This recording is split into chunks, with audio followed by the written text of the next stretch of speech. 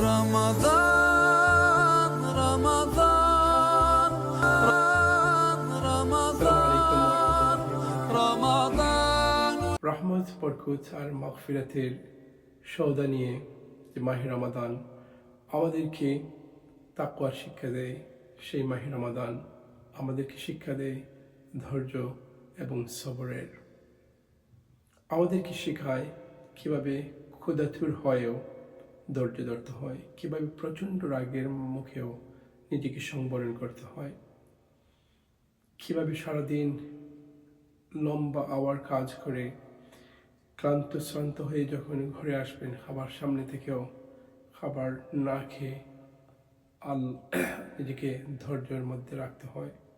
তাই তো তার পরিষ্কার স্বরূপ আল্লাহ পাক বলেন, ইন্নাল্লাহা মাআস সাবিরিন, আল্লাহ পাক ধৈর্যশীলদের সাথে থাকেন। ভাবুন তো, আল্লাহ যদি আপনার সাথে থাকেন আর কিসের ভয়, কিসের শঙ্কা। আর রমাদান মানেই হচ্ছে ধৈর্যের অনুশীলন। সকাল থেকে সন্ধ্যা পর্যন্ত না খেয়ে না পান করে সারাদিনের ক্লান্ত শ্রান্ত নিয়ে যখন খাবারের টেবিলে বসবেন, ইফতারের আয়োজন হওয়ার 1 সেকেন্ড আগ পর্যন্ত আপনি সে খাবারের দিকে হাত বাড়াবেন না। অপেক্ষা করবেন মুয়াজ্জিনের কণ্ঠে আজান যখন হবে, তারপরেই শুধুমাত্র আপনি রোজা ভাঙবেন, খাবার টাচ করবেন। এই যে রোজা আমাকে আপনাকে ধৈর্য ধরার প্রচণ্ড শক্তি যোগায়, সাহস যোগায়, ট্রেনিং দেয়। রমাদান ছাড়া আর কোথায় আমরা এই ট্রেনিং পাবো? এবং রাসূলুল্লাহ সাল্লাল্লাহু আলাইহি সাল্লাম বলেছেন, রোজা হচ্ছে ঢাল স্বরূপ। কিসের বিরুদ্ধে এই ঢাল? পাপের বিরুদ্ধে, রাগের বিরুদ্ধে, শয়তানের কুমন্ত্রণার বিরুদ্ধে, নফসের বিরুদ্ধে এই ঢাল। আরেকটি হাদিসে এসেছে, রাসূল সাল্লাল্লাহু আলাইহি সাল্লাম বলেছেন, রোজাদার অবস্থায় কেউ যদি আপনার সাথে ঝগড়ায় বাঁধে, রোজাদার যেন শুধু বলে আমি রোজা রেখেছি।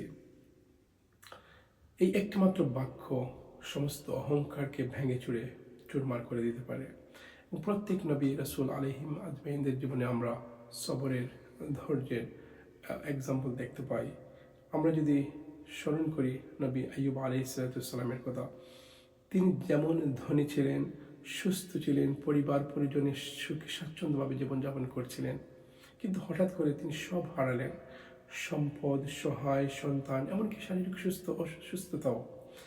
বছরের পর বছর এমন অসুস্থতায় তিনি কাটালেন, কিন্তু একটি মুহূর্তের জন্য তিনি কখনো অনুযোগ করেনি, অভিযোগ করেনি আল্লাহ সুবহানাহু ওয়া তাআলার কাছে। তিনি শুধু বলেছিলেন, হে আমার রব, আমি কষ্টে আছি আর আপনি তো পরম দয়ালু। সুবহানাল্লাহ। ধৈর্যের আর সবরের কি উত্তম দৃষ্টান্ত! এটাই ছিল তার দোয়া, না কোনো অভিযোগ, না কোনো অনুযোগ।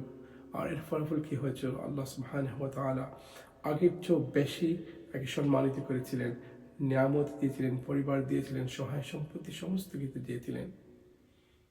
তাই আমাদের প্রত্যেকের জীবনেও সবরের গুরুত্ব রয়েছে। আমরা নবীদের জিন্দগি থেকে, রমাদান থেকে এই শিক্ষাই নিতে পারি যে ক্ষুধার সময় আমরা কোনো অনুযোগ করব না, রাগের সময় নিজেকে সর্বোচ্চভাবে সংবরণ করব, কষ্টের সময় আরও বেশি করে আল্লাহর দিকে ফিরে যাব। ইফতার আসতে যদি একটু দেরি হয়, ঘরে কারোর সাথে ঝগড়া করব না, মুখ ভেজাল করব না, ধৈর্যের সাথে অপেক্ষা করব ঠিক সময় পর্যন্ত। এই ছোট্ট ছোট্ট অভ্যাসগুলো আমাদের চরিত্রকে আরও রঙিন করতে পারে, আরও মাধুর্যময় করতে পারে। সবর শুধুমাত্র কষ্টের জন্য না, সবর মানে আল্লাহর সিদ্ধান্তে সন্তুষ্ট থাকা। রমাদানের এই সুন্দর সময়ে আমরা যে সিদ্ধান্ত, যে চ্যালেঞ্জগুলো নিতে পারি, কেউ যদি আমার দিকে থেড়ে আসে, আমি সবর করে তাকে বলবো আমি রোজাদার। কেউ যদি আমাকে রাগাতে চায়, আমি হাসি মুখে উত্তর দেব।